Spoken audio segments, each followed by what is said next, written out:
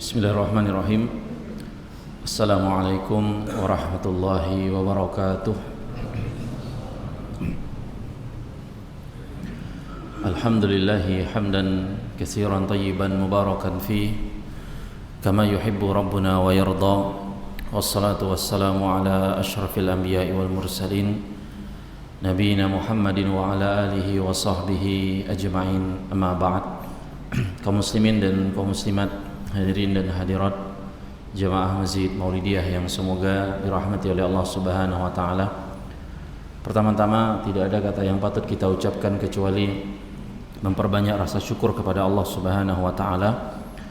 Di kesempatan kali ini dapat kembali berkumpul di rumah di antara rumah-rumah Allah dalam rangka mengkaji, dalam rangka menuntut ilmu agama. Maka semoga Allah Subhanahu wa taala senantiasa menjaga keikhlasan kita dalam beramal soleh dan memberkahi majelis ini, memberikan kita ilmu yang bermanfaat dan melindungi kita, menjaga kita dari segala macam bentuk ilmu yang tidak bermanfaat, baik berupa hati yang tidak khusyuk ketika beribadah, jiwa yang tidak pernah puas terhadap ambisi dunia, dan doa-doa yang tidak diijabah di sisi Allah sebagaimana Nabi berdoa, Allahumma inni a'udzubika min ilmin la yanfa' wa min qalbin la yakhsha wa min nafsin la tashba wa min da'watin la yustajabu laha. Kemudian kita meminta kepada Allah Subhanahu wa taala bertawassul dengan nama-namanya yang husna dan sifat-sifatnya yang ulia. Semoga Allah Subhanahu wa taala senantiasa memberikan kesabaran dan keteguhan, begitu pula pertolongan kepada saudara-saudari kita dimanapun mereka berada, terutama yang sedang di dalam kesusahan, di dalam kepayahan dan kesukaran, baik di Timur Tengah, di Palestina, di Gaza, begitu pula di negeri kita Indonesia, seluruh kaum muslimin yang semoga Allah berikan keteguhan dan kesabaran kepada mereka dan balasan-balasan yang besar terhadap mereka tersebut, ganjaran yang tiada putusnya sesuai dengan ujian yang Allah berikan kepada mereka. Dan salawat dan salam semoga senantiasa tercurahkan kepada qudwah hasanah kita Nabi yang tercinta Muhammad sallallahu alaihi wasallam beserta kepada keluarga beliau, para sahabat dan umat yang senantiasa mengikuti sunnah-sunnah beliau, petunjuk-petunjuk beliau hingga hari kiamat kelak. Kaum muslimin dan kaum muslimat rahimakumullah, kembali dalam pembahasan kita, yakni pembahasan kitab adab dan akhlak penuntut ilmu karya Al-Ustadz Yazid bin Abdul Qadir Jawas rahimahullahu ta'ala, dan kita memasuki bab yang ke-6. Bab yang ke-6 di halaman 87. Bab tentang adab terhadap diri sendiri. Kata penulis rahimahullah, di antara adab-adab penuntut ilmu terhadap dirinya sendiri adalah yang pertama, hendaknya dia mengetahui dan meyakini bahwa menuntut ilmu syar'i adalah ibadah. Hendaknya dia mengetahui dan meyakini bahwasanya menuntut ilmu agama, menuntut ilmu syar'i itu adalah ibadah. Bahkan bukan hanya meyakini dan mengetahui bahwa yang dilakukannya itu ibadah. Kata penulis di sini, menuntut ilmu syar'i itu merupakan ibadah yang paling agung dan paling utama, sehingga Allah tabaraka wa taala menjadikannya sebagai bagian dari jihad fi sabilillah. Kata penulis, ibadah menuntut ilmu syar'i ini agung dan afdal, kata Allah tabaraka wa taala, dan menjadikannya bagian dari jihad fi sabilillah. Allah berfirman dalam surah At-Taubah ayat 122, Allah katakan, wa ma kanal mu'minuna liyanfiru kafatan, dan tidak sepatutnya orang-orang mukmin itu semuanya pergi ke medan perang. Falaula nafara min kulli firqatin minhum ta'ifatul liyatafaqahu fid din. Mengapa sebagian dari setiap golongan di antara mereka tidak pergi untuk memperdalam tafaqquh fid din, pengetahuan agama mereka. Waliyunziru qaumahum, dan untuk memberikan peringatan kepada kaumnya. Idza raja'u ilaihim, apabila mereka telah kembali, la'allahum yahdharun, agar mereka dapat menjaga dirinya. Nah, ayat ini kaum muslimin rahimakumullah, surah At-Taubah ayat ke-122, apabila kita perhatikan ayat ini sejatinya memberikan pesan, kata para ulama, memberikan sebuah pesan sederhana tapi memiliki makna yang sangat dalam. Maknanya sangat luar biasa. Dalam ayat tersebut Allah Subhanahu wa taala sedang mengingatkan kita bahwa setiap muslim seharusnya memanfaatkan semua nikmat dan peluang yang dia punya untuk kebaikan umat. Di antara pesan para ulama ketika menafsirkan ayat ini bahwa Allah sedang mengingatkan kita bahwa setiap muslim seharusnya siap memanfaatkan semua nikmat, memanfaatkan semua peluang yang dia punya, nikmat dan peluang tersebut untuk kebaikan umat. Nikmat dan peluang tersebut untuk kebaikan umat. Bukan cuma menyimpannya untuk diri sendiri, tapi benar-benar dia siapkan waktunya, tenaganya, bahkan hatinya supaya manfaat itu bisa tersebar luas kepada siapapun. Dan jangan sampai, kata para ulama, kita tergoda dengan hal-hal yang membuat kita lupa dengan tujuan tersebut, yang mana apabila kita mau konsisten, semua umat bisa merasakan kebaikan tersebut. Dan di antara kemaslahatan yang paling mulia adalah kemaslahatan yang menyentuh agama dan dunia mereka. Meskipun jalannya dipenuhi dengan rintangan, hasilnya akan sangat besar sekali di sisi Allah Subhanahu wa taala dan membawa manfaat yang luas untuk seluruh umat. Ayat penjelasan ini berkaitan dengan At-Taubah 122 tadi, yang mana di sana Allah Subhanahu wa taala menyebutkan bahwa menuntut ilmu, mendalami agama Allah itu termasuk bagian dari jihad. Menuntut ilmu, mendalami agama Allah, tafaqquh fid din, itu termasuk bagian dari jihad. Maka apabila orang yang keluar dari rumahnya untuk belajar agama, maka dia sedang melakukan sebuah perbuatan yang tidak kalah mulianya dengan orang yang berangkat ke medan peperangan. Maka di surat At-Taubah 122 ini, ayat ini sejatinya jemaah, apabila kita lihat ayat sebelumnya, di sana Allah Subhanahu wa taala menyebutkan, atau ayat tentang menuntut ilmu ini muncul di tengah-tengah dari ayat-ayat tentang perintah berjihad, berperang di jalan Allah. Yang mana di sebelum 122 ini Allah memerintahkan supaya penduduk kota Madinah, begitu pula kabilah-kabilah Arab di sekitar kota Madinah, jangan sampai ketinggalan untuk ikut bersama Rasulullah dalam medan jihad. Jadi singkatnya, ayat sebelum 122 Allah Subhanahu wa taala memerintahkan supaya seluruh atau mayoritas penduduk Madinah, begitu pula kabilah-kabilah Arab sekitarnya, agar jangan sampai mereka ketinggalan membersamai Nabi dalam jihad fisabilillah.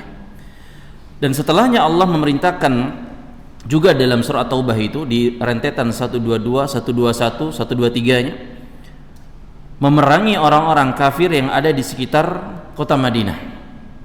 Nah, di tengah-tengah 121, 123 yang kita bahas di 122, disitulah di tengah-tengah dua perintah jihad tersebut Allah selipkan perintah menuntut ilmu agama.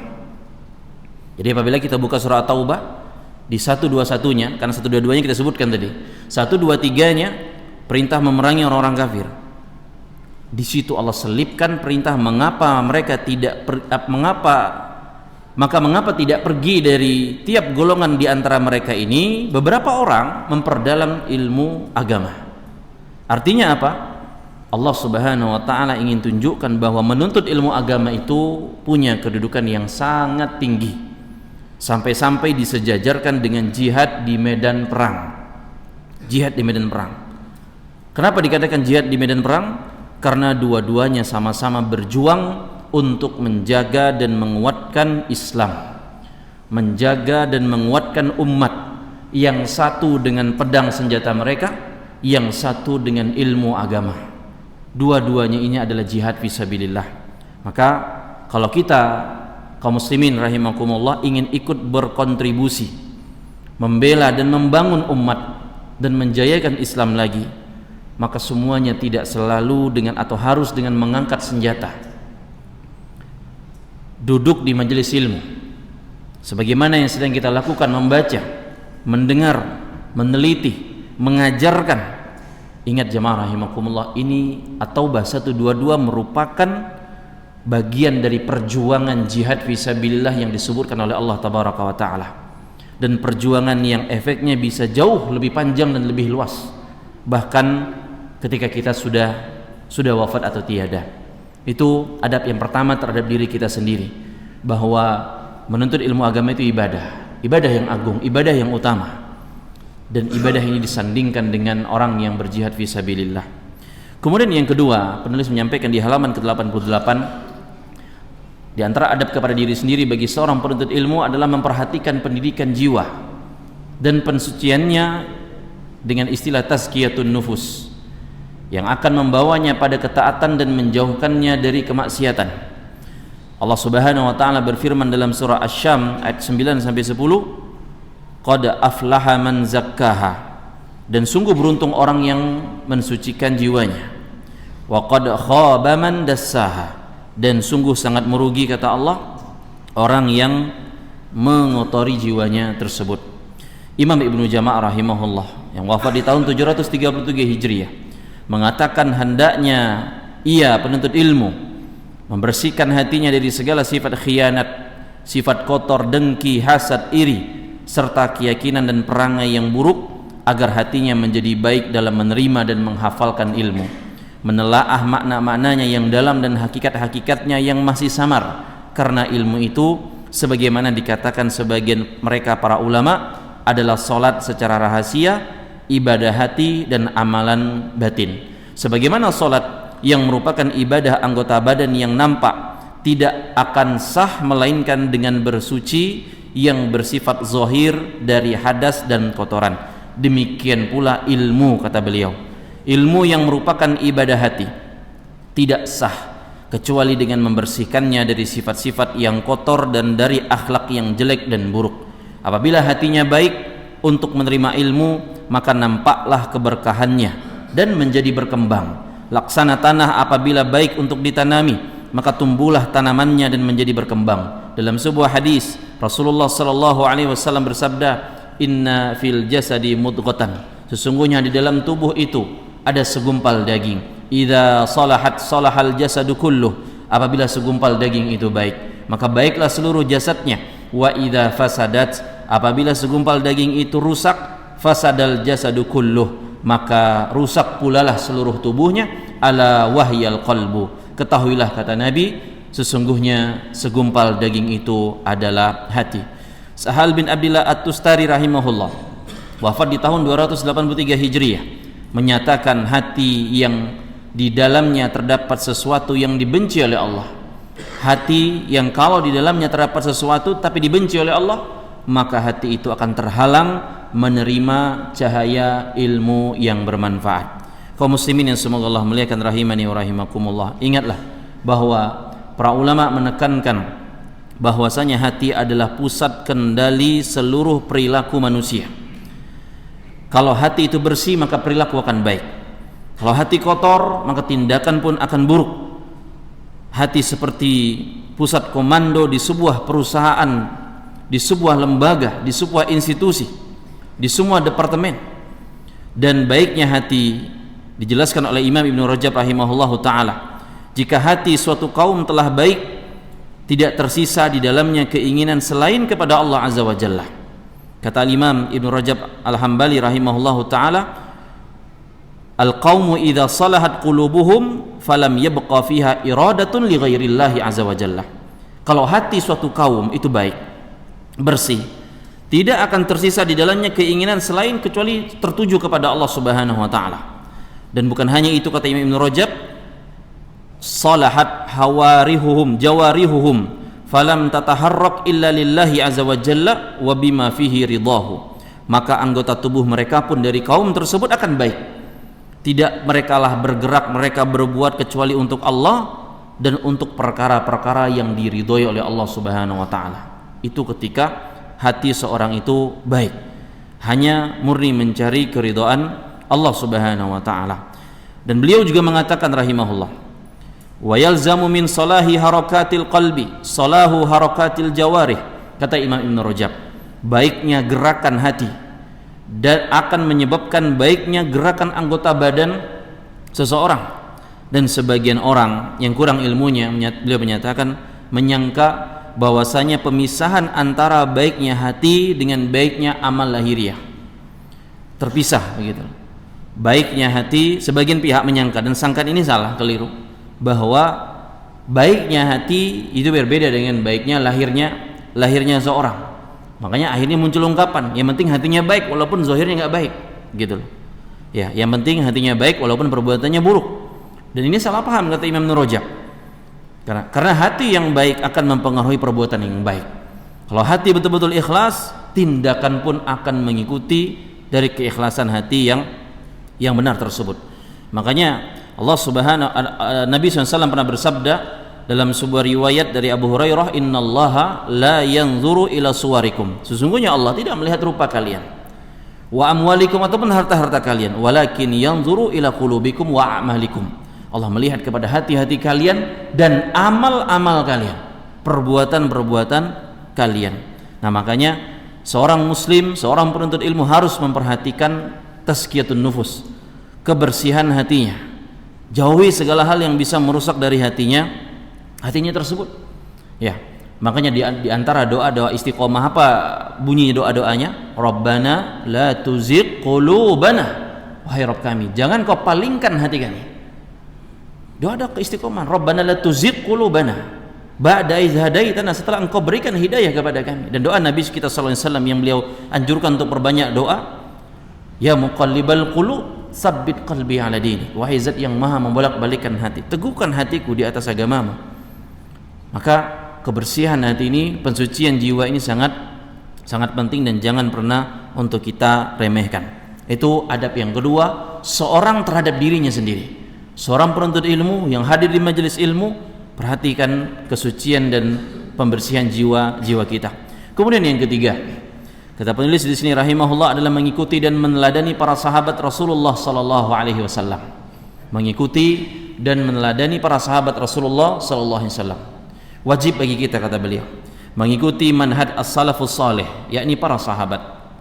Sebagaimana perintah Allah Subhanahu wa taala dalam Al-Qur'an dan perintah Nabi sallallahu alaihi wasallam dalam hadis sahabat Irbad bin Sariyah radhiyallahu anhu, beliau mengisahkan tentang hal tersebut, bahwasanya pada suatu hari Rasulullah sallallahu alaihi wasallam pernah salat bersama kami. Kemudian beliau menghadap kepada kami dan memberikan nasihat kepada kami dengan nasihat yang menjadikan air mata kami berlinang dan membuat hati kami takut. Maka seorang berkata, wahai Rasulullah, apa yang kau sampaikan nasihat ini seakan-akan menjadi nasihat dari orang yang akan berpisah selama-lamanya. Maka berikanlah kami wasiat setelah dari wasiat tersebut. Maka Rasulullah SAW bersabda, memberikan wasiat, dan ini seakan wasiat perpisahan untuk orang berpegang teguh dengan hal tersebut. Nabi SAW menyatakan, aku wasiatkan kepada kalian, kepada umat ini, kepada pengikut beliau SAW, agar tetap bertakwa kepada Allah, tetaplah mendengar dan taat, walaupun yang memerintah kalian adalah seorang budak dari Habasyah, orang kulit hitam. Di sini beliau sallallahu alaihi wasallam memberikan wasiat, nasihat untuk bagaimana sikap seorang muslim mukmin itu kepada pemerintahnya. Kemudian beliau melanjutkan, sungguh orang yang masih hidup di antara kalian setelah peninggalanku, setelah aku wafat, kata Nabi, akan melihat perselisihan yang banyak, kata beliau. Lihat, ini perkara gaib yang Nabi sampaikan, bahwa umat ini akan banyak berselisihnya. Ini masalah, ini problem, gitu loh. Di bagian ini adalah problem, masalah yang disampaikan Nabi SAW. Sesungguhnya orang yang masih hidup di antara kalian setelah aku meninggal dunia akan melihat banyak perselisihan, perdebatan, percekcokan.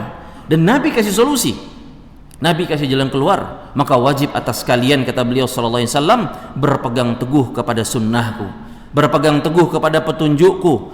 Dan bukan hanya itu, Nabi kasih lagi penguat untuk solusi masalah ini, dan petunjuk sunnahnya khulafaur rasyidin yang mendapatkan petunjuk. 4 khalifah yang ditunjuk, yang mendapatkan petunjuk dari Nabi SAW. Dan beliau kuatkan lagi untuk memegang petunjuk itu, peganglah erat-erat. Dan bukan hanya dipegang erat, Nabi kuatkan lagi dengan mengatakan, gigitlah dia dengan gigi geraham kalian. Ini terdapat pesan jamaah rahimakumullah bahwa kadang dan mungkin ada sebagian dari orang-orang terdekat kita telah melepaskan dari sunnah-sunnah beliau, telah melepaskan dari sunnah-sunnah khulafaur rasyidin, dan mereka tak mampu untuk memegang erat sampai detik ini. Tapi mereka masih punya kesempatan untuk kembali memegang sunnah Nabi tersebut, kembali memegang sunnah khulafaur rasyidin tersebut, karena memegang erat itu pegal jemaah. Menggigit erat selalu itu capek. Dan ini petuah dan wasiat Nabi kita sallallahu alaihi wasallam, peganglah erat-erat kata beliau. Gigitlah dia dengan gigi geraham kalian. Dan selalu menggigit, selalu memegang dengan erat ini melelahkan, penuh dengan ujian dan cobaan. Dan sebagian saudara-saudari kita, teman kita dahulu yang bersama dengan kita telah berguguran. Dan beliau sallallahu alaihi wasallam mewasiatkan selanjutnya, dan jauhilah oleh kalian perkara-perkara yang baru dalam agama, karena sesungguhnya setiap perkara yang baru itu adalah bid'ah, dan setiap bid'ah itu adalah kesesatan kata beliau sallallahu alaihi wasallam. Kemudian penulis melanjutkan, sahabat Abdullah bin Mas'ud radhiyallahu anhu mengatakan, barang siapa di antara kalian yang ingin meneladani, hendaklah teladanilah para sahabat Rasulullah sallallahu alaihi wasallam. Contohlah para sahabat Rasulullah sallallahu alaihi wasallam, karena sesungguhnya mereka adalah umat yang paling baik hatinya. Perhatikan di sini. Kata sahabat Abdullah bin Mas'ud, merekalah manusia yang paling baik hatinya, paling tulus hatinya, paling suci hatinya. Pertanyaannya, apakah mereka tak berbuat dosa? Sebagian sahabat dahulunya adalah peminum, sebagian sahabat dahulunya adalah penyembah berhala, sebagian sahabat pernah terjatuh kepada dosa-dosa yang keji, tapi karena ketulusan hati mereka, kejujuran hati mereka, sebagaimana Nabi SAW tekankan, intasduqillaha yasdukka, kalau engkau jujur kepada Allah, Allah akan wujudkan cita-citamu, Allah akan wujudkan angan-anganmu, harapanmu. Itu para sahabat radhiyallahu ta'ala anhum ajma'in. Dan ini nasihat Abdullah bin Mas'ud, disuruh untuk berpegang teguh dengan umat terbaik. Mereka lah umat yang paling baik hatinya, yang paling dalam keilmuannya. Gak ada yang bisa mengalahkan dalamnya ilmunya para sahabat. Gak ada yang bisa melawan kesungguhan para sahabat dalam meriwayatkan, dalam belajar, dalam memahami. Dan paling sedikit bebannya atau takallufnya atau memberat-beratkan dirinya. Beda sama umat yang sekarang ini, beda dengan kita sekarang hari ini. Kadang suka membebankan diri dengan beban-beban yang seharusnya tak dibebankan. Adapun para sahabat apa adanya, mereka zuhud, mereka wara'. Itu para sahabat. Maka kita sangat diperintahkan meneladani mereka. Dan ini nasihat Abdullah bin Mas'ud. Mereka adalah orang paling baik hatinya, paling dalam keilmuannya, paling sedikit takallufnya, dan paling lurus petunjuknya. Gak ada ambisi mereka macam-macam. Dan serta paling baik keadaan mereka. Suatu kaum yang Allah telah memilih mereka untuk menemani Nabi-Nya sallallahu alaihi wasallam.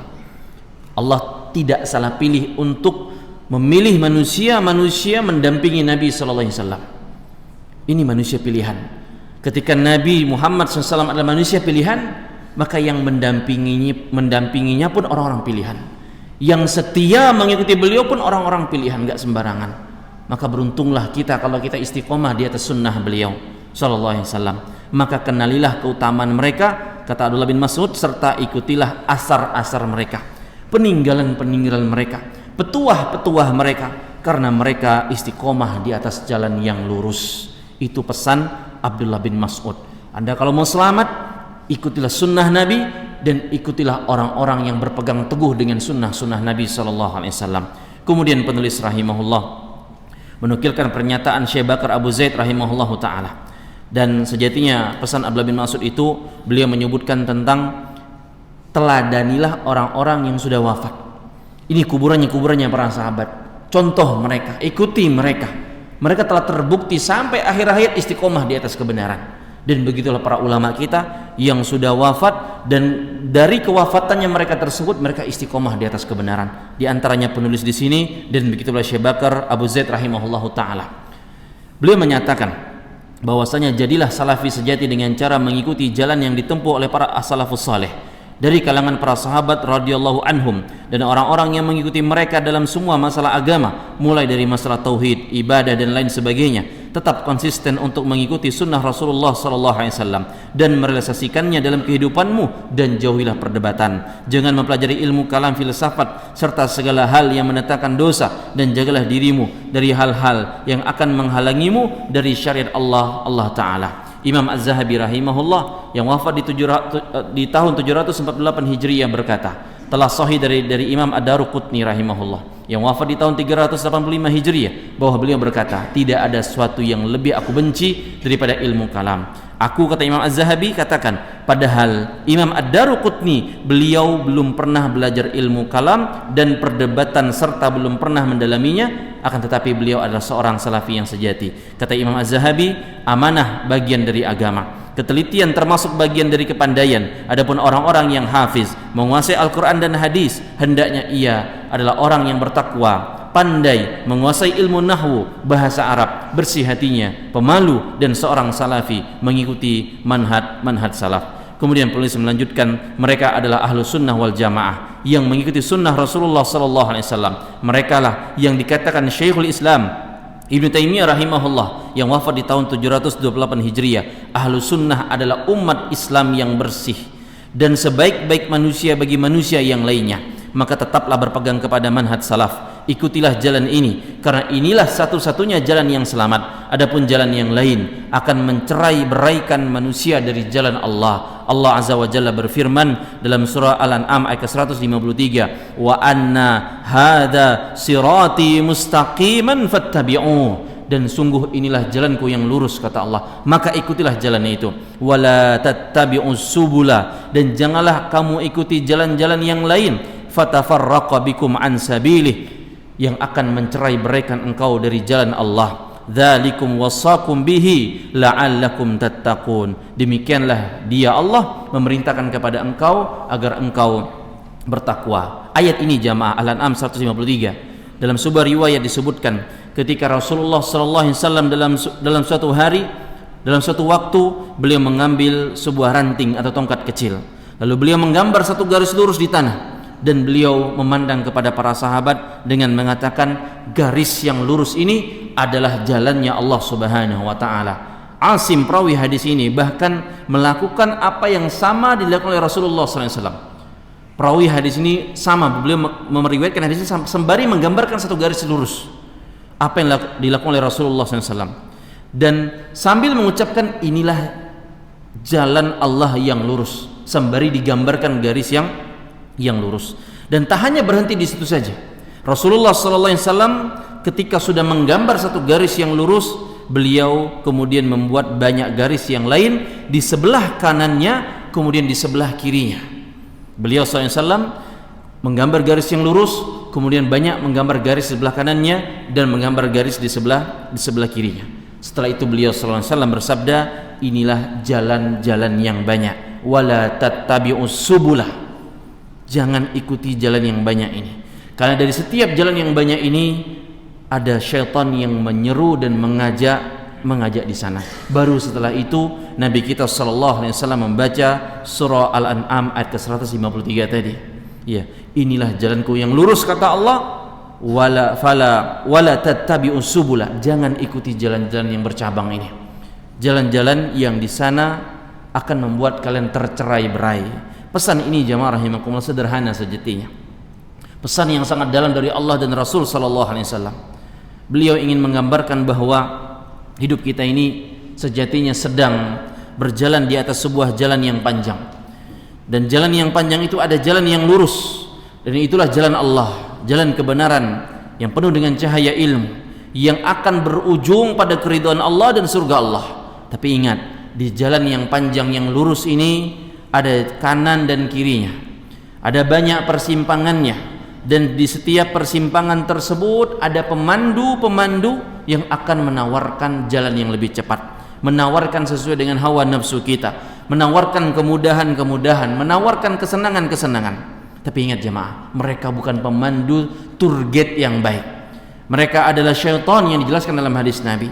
Mereka akan menyesatkan manusia dari jalan yang lurus. Mereka akan membujuk rayu dengan rayuan kemudahan, rayuan kenyamanan. Maka fokuslah kepada jalan yang lurus yang disebutkan oleh Rasul kita sallallahu alaihi wasallam. Dan ingat jamaah rahimakumullah, jalan yang lurus ini tidak selalu ramai. Jalan yang lurus ini tidak selalu paling banyak pengikutnya. Jalan yang lurus ini tidak selalu yang paling mudah ditempuh. Kan kadangkala jalan ini berat. Kadangkala jalan ini penuh dengan ujian dan onak dan duri. Tapi ingat jamaah, jalan yang lurus ini adalah jalan yang paling selamat. Dan jalan inilah yang kita tempuh, yang kita akan bertemu dengan orang-orang yang hatinya tulus karena Allah Subhanahu wa taala. Orang-orang yang saling mengingatkan karena Allah. Orang-orang yang berjalan bukan karena dunia, tapi jalan yang ditempuh karena ingin berjumpa dengan Allah tabaraka wa taala kelak. Jadi ingat jemaah, selama kita berpegang teguh di dunia ini dengan petunjuk Allah, petunjuk Rasulullah SAW, dan memahaminya dengan generasi terbaik as-salafus salih, meskipun godaan di kanan dan di kiri kita luar biasa beratnya, karena ujungnya bukan hanya sekedar kemenangan, tapi ujungnya adalah perjumpaan kita dengan Rabb kita tabaraka wa ta'ala. Dan itulah tujuan terbesar bagi orang-orang yang berjalan di atas jalan yang lurus tersebut. Kemudian yang keempat, dari adab seorang penuntut ilmu terhadap diri mereka sendiri adalah menghiasi dirinya dengan akhlak yang mulia. Menghiasi dirinya dengan akhlak yang mulia dan adab yang baik, serta menjauhi akhlak dan adab yang jelek dan hina. Rasulullah sallallahu alaihi wasallam bersabda, "Inna min khiyarikum ahasinakum akhlaqan." Sesungguhnya orang yang paling baik di antara kalian adalah yang paling baik akhlaknya. Syekh Bakar Abu Zaid rahimahullah berkata, hiasilah dirimu dengan etika-etika jiwa berupa menjaga kehormatan diri, santun, sabar, rendah hati dalam menerima kebenaran, berperilaku tenang dalam bersikap dan berwibawa, teguh serta tawadu, juga mampu menanggung beban berat selama belajar demi memperoleh kemuliaan ilmu, serta bersedia tunduk kepada kebenaran. Penuntut ilmu harus sabar dalam menuntut ilmu, sabar dalam belajar ilmu syar'i, sabar dalam mengamalkannya, sabar dalam mendakwahkannya, dan sabar dalam menghadapi cobaan, ujian, dan ejekan-ejekan manusia.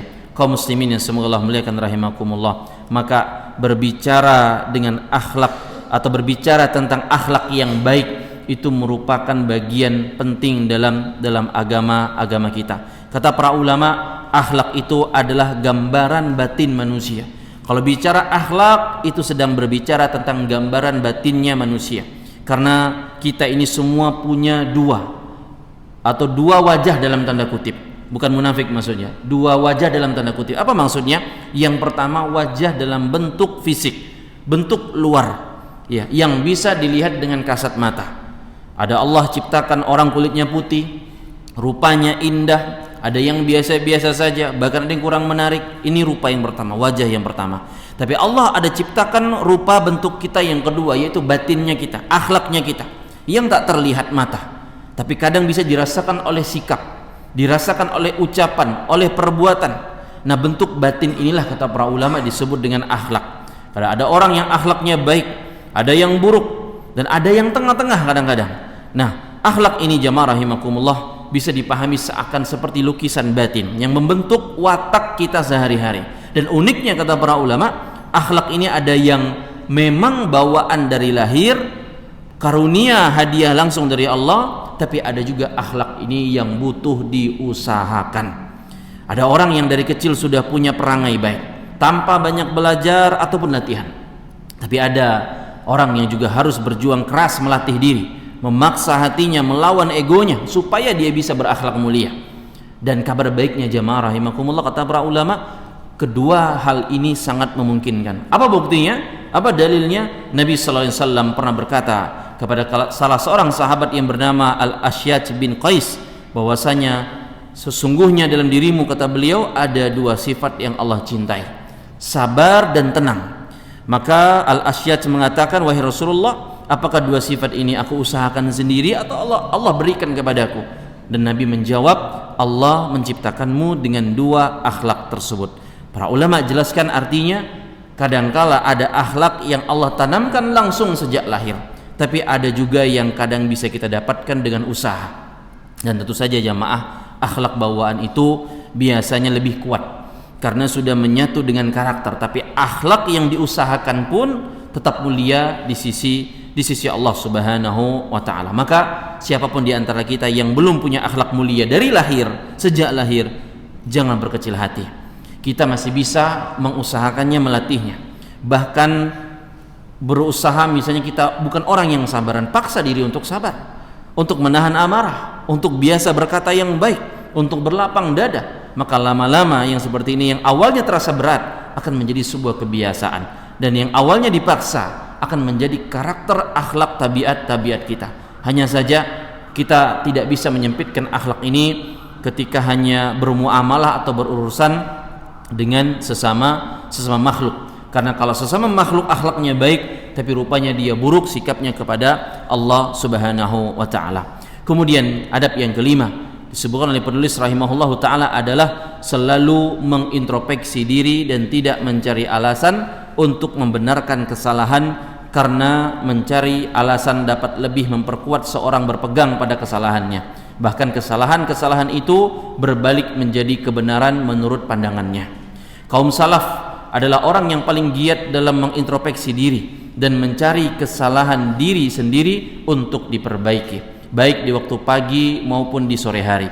Hal itu karena mereka mengetahui pentingnya masalah ini untuk mendapatkan urusan dan memperbaiki keadaan mereka. Ada beberapa hal yang dapat membantu penuntut ilmu untuk mengoreksi diri sendiri. Pertama, berdoa kepada Allah Ta'ala dengan ikhlas. Kedua, berusaha menghilangkan gangguan dan kesibukan ketika melakukan introspeksi.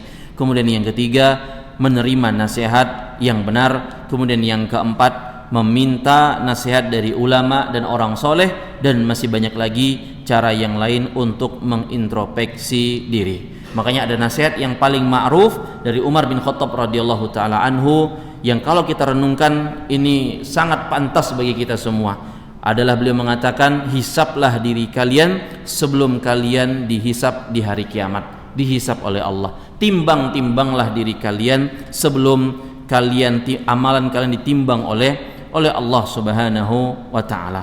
Maka jangan tunggu sampai di negeri akhirat kita baru sadar, baru mau introspeksi, baru mau diingatkan. Dan ketika di dunia masih ada kesempatan untuk menilai diri, memperbaiki kesalahan, menutup kekurangan. Dan inilah hal penting untuk seorang itu muhasabah atau introspeksi diri. Dan orang yang pandai mengintrospeksi dirinya, di antara keutamanya kata para ulama adalah Allah akan ringankan hisabnya kelak di akhirat. Kalau di antara usaha kita untuk diringankan hisab di akhirat, biasakan diri introspeksi diri, biasakan diri hisab diri ini di dunia ini. Dan kata para ulama, muhasabah itu, introspeksi diri itu, itulah yang akan membuat kita istiqomah di atas jalan Allah yang lurus. Di antara usaha kita senantiasa konsisten di atas jalan yang lurus adalah selalu evaluasi. Dan konsep ini jamaah rahimakumullah bukan hanya berlaku dalam agama kita. Orang yang sukses dalam bisnisnya, orang yang sukses dalam hidup sehatnya, dia evaluasi. Di antara bentuk evaluasinya apa? Dilihat timbangan berat badannya, ukuran tensi darahnya, dilihat. Dan itu ukuran orang itu konsisten di atas jalan tersebut. Begitu pula di jalan agama Allah Subhanahu wa taala. Bentuk orang muhasabah itu, itulah di antara metode dia akan konsisten di atas jalan petunjuk Allah Subhanahu wa taala. Sebagaimana Al-Imam Al-Baydhawi rahimahullah menjelaskan, kalau seorang terus-menerus mengevaluasi amalan dia evaluasi niat dia, baik amalan yang nampak atau amalan yang tersembunyi, maka dia akan selalu mendapat petunjuk terus sampai akhir hayatnya. Maka menunjukkan dia istiqomah. Dan bukan hanya itu, introspeksi juga bisa menjadi obat bagi hati yang sakit. Kita kalau suka dikit-dikit sakit hati, dikit-dikit hasad, dikit-dikit iri, cobalah perbanyak introspeksi diri. Atau orang yang hatinya keras, dipenuhi rasa dengki, sombong, malas, maka cobalah membiasakan diri untuk mengintrospeksi diri kita tersebut. Itu 5 poin dalam adab seorang penuntut ilmu terhadap diri sendiri. Dan insyaallah ta'ala sisanya dari 6 sampai 11 akan kita sampaikan pada kesempatan yang akan datang. Semoga Allah mudahkan. Ini bisa disampaikan, kurang lebihnya mohon maaf. Kita cukupkan dengan doa kafaratul majlis. Subhanakallahumma bihamdika asyhadu an la ilaha illa anta astaghfiruka wa atubu ilaik. Wassalamualaikum warahmatullahi wabarakatuh.